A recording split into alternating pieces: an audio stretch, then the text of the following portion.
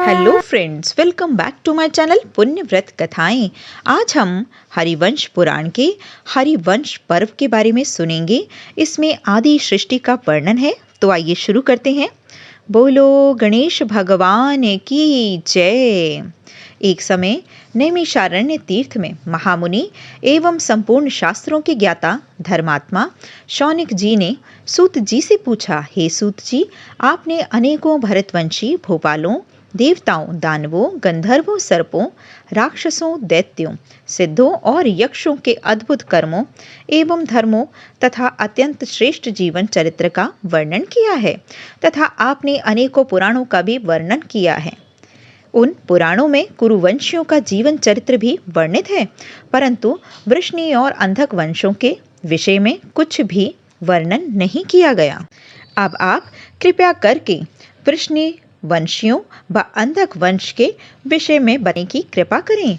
सूत जी हरि सिमरन करते हुए बोले, हे शौनक जी, जो शुद्ध चैतन्य स्वरूप एवं आदि पुरुष हैं, जो ईशान, पुरुहूर्त, ऋत, एक अक्षर, ब्रह्म व्यक्त एवं अव्यक्त, सनातन है, असत एवं सत्य हैं, जो सत और असत से परे हैं, जो शिव रूप हैं, जो सत्य, जो पर और अपरा से परे हैं, सृष्टा तथा परम अविनाशी हैं, जो मंगलदायक, मंगल मूर्ति, सर्वव्यापक, वैरण्य एवं दोष रहित हैं, जो संभवते शुद्ध इंद्रियों के प्रवर्तक, अखिल जगत के उपदेष्टा और सभी पापों के नाशक हैं। उन भगवान ऋषिकेश को नमस्कार करते हुए अपने प्रतिपाद विषयों को कहता हूँ। यह कथा भरतवंशी जन्मजय के अनुरोध पर वैशंपायन जी ने वृष्णि एवं अंधक वंशियों के श्रेष्ठ चरित्र को कहा है। वैशंपायन जी ने जन्मजय से कहा, हे राजन, जो चरित्र मैं आपको सुनाने जा रहा हूँ, यह निश्चय ही दिव्य, पाप विनाशक तथा अनेक अर्थ से युक्त है। इस कथा को बार बार प्रेम पूर्वक सुनकर हृदयगम कर लेने से वंश दृढ़ होता है और स्वर्ग में भी पूजने योग्य होता है। जो अव्यक्त कारण, नित्य, सदात्मक एवं प्रधान पुरुष है, उसी से ईश्वरीय संसार की उत्पत्ति हुई है। अतएव हे राजन, उन्हीं अव्यक्त पुरुष को अभिन्न तेज संपन्न सब जीवों का सृष्टा और नारायण समझो। उसी महान ब्रह्मा ने से अहंकार उत्पन्न हुआ है।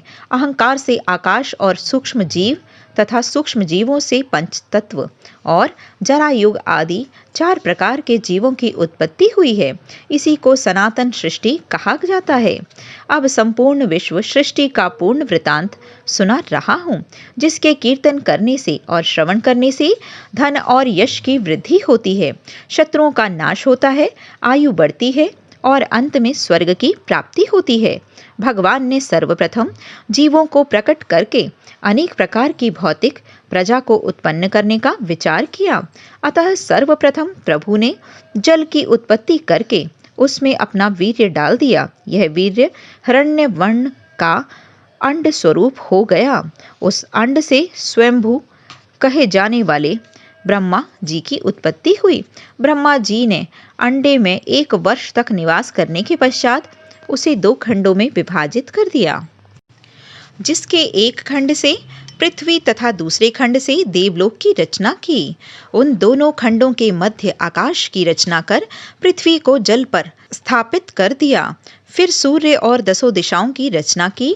उसी अंड में रति, विषय प्रीति के रहित पिंड सृष्टि की रचना के विस्तार से काल, मन, वचन, काम, क्रोध एवं अनुराग की रचना की। फिर ब्रह्मा जी ने अपने मन से मरीचि, अत्रि, अंगिरा, पुलस्त, पुलह, कृतु एवं विशिष्ट इन सप्तऋषियों को प्रकट किया। इन सप्तऋषियों ने अपने को गृहस्थ ब्राह्मण माना तथा ब्रह्मा जी के द्वारा ही उत्पन्न सनकादि ऋषियों की अवहेलना कर वेद मार्ग को ही श्रेष्ठ समझा। फिर ब्रह्मा जी ने परम क्रोधी रुद्र को उत्पन्न किया तथा मरीचि आदि के पूर्वजों ने सनत कुमार की उत्पत्ति की। सप्त ऋषियों ने तथा रुद्र ने संतानें उत्पन्न की, परंतु सनक, सनंदन, सनातन, सनत कुमार, नारद और स्कंद ने अपने तेज को नियंत्रित करके ब्रह्मचर्य का पालन किया। सप्तऋषि और रुद्र इन आदि ब्रह्मपुत्रों ने दिव्य, महान, कर्मवान तथा संतानवान 7 वंशों की उत्पत्ति की। फिर उन्होंने विद्युत, वज्रमेघ, रोहित, इंद्रधनुष तथा आकाशचारी पक्षियों की रचना की तथा यज्ञ कार्य की संपन्नता के लिए ऋग्वेद, यजुर्वेद और सामवेद की रचना की। फिर ब्रह्मा जी ने अपने मुख से देवगण, वक्षस्थल से पितृगण, उपस्थल से मनुष्यगण तथा जघन भाग से असुरगण की रचना करके साध्यों की रचना की। इस प्रकार ब्रह्मा जी ने अनेक अनेक अंगों से अनेक जीवों की रचना की तथा विशिष्ट नामक प्रजापति की भी रचना की। इस प्रकार की सृष्टि रचना के उपरांत भी ब्रह्मा जी ने प्रजावृद्धि होते न देखकर खिन्न हो गए तथा अपने शरीर के 2 खंडों में विभाजित कर दिया, जिसके एक भाग से पुरुष तथा दूसरे भाग से स्त्री की रचना की और विभिन्न प्राणियों की रचना कर अपने प्रभाव से ही पृथ्वी व देवलोक को ढक दिया। भगवान विष्णु ने विराट की रचना की। विराट ने पुरुष को रचा। वह पुरुष मनु थे, जिन्होंने मनवंतर क्रम चलाया। भगवान विष्णु के द्वारा हिरण्यगर्भ से उत्पन्न सृष्टि को आपव कहा गया है। आपव से उत्पन्न होने वाली प्रजा आयोनिज थी। इसके पश्चात विष्णु जी ने मनु के द्वारा योनिज सृष्टि प्रारंभ की। इस सृष्टि में स्त्री संज्ञक दूसरा अंतर उपस्थित हो गया। इसी से मनवंतर शब्द चल पड़ा। इस प्रकार आदि सृष्टि को जान लेने वाला मनुष्य आयुष्मान, कीर्तिमान, धनवान, पुत्रवान और विद्वान हो जाता है तथा मनोकामनाएं पूर्ण हो जाती हैं। बोलो हरिवंश पुराण की जय, लड्डू गोपाल की जय।